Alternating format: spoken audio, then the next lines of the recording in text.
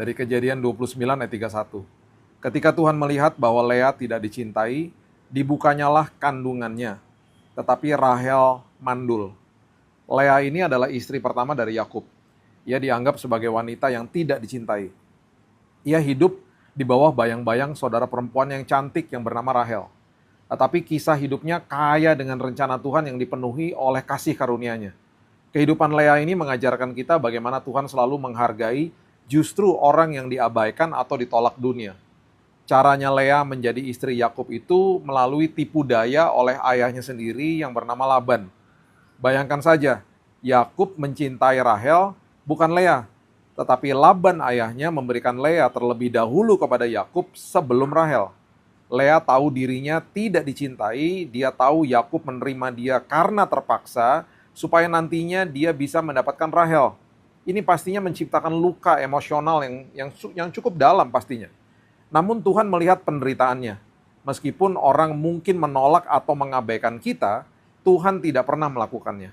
Dia melihat air mata yang tertahan, pergumulan yang tersembunyi, dan selalu mengasihi kita dengan belas kasihannya. Tuhan melihat ketika ada penolakan di dalam hidup kita.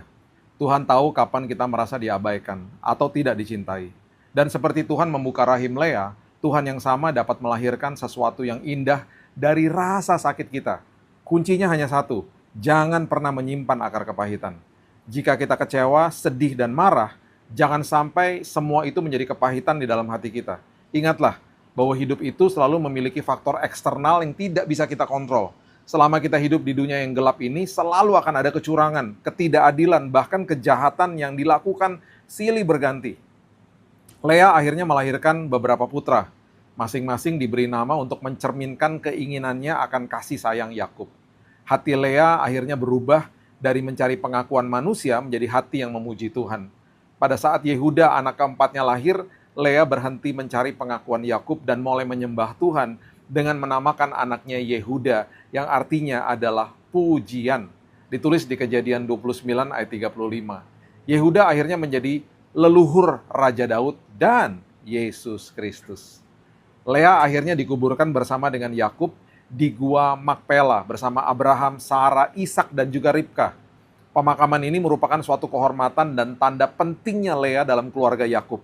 Lea akhirnya mendapatkan kehormatan manusia, tetapi sebelumnya hidupnya telah pulih. Dia mendapatkan kehormatan dari Tuhan ketika sikap hatinya berubah dan mencari pengakuan manusia kepada penyembahan terhadap Tuhan. Tuhan menghormati orang yang setia.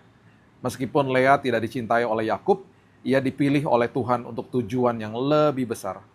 Apakah kita hari ini mendambakan kasih manusia daripada kasih Tuhan? Alihkan fokus kita.